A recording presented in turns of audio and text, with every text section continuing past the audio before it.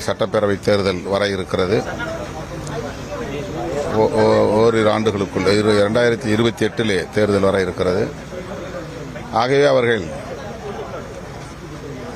காவிரி சிக்கலை இன்னும் கூர்மைப்படுத்துவதற்குத்தான் வாய்ப்பு இருக்கிறது. இவ்வாறான நிலையில் இந்திய பிரதமரை தமிழ்நாடு அரசின் சார்பில் சந்திக்க வேண்டியது மிக மிக இன்றியமையாத ஒரு தேவையாக இருக்கிறது. அதற்கு முன்னதாக அனைத்து கட்சி கூட்டத்தையும் கூட்ட வேண்டும். ஆகவே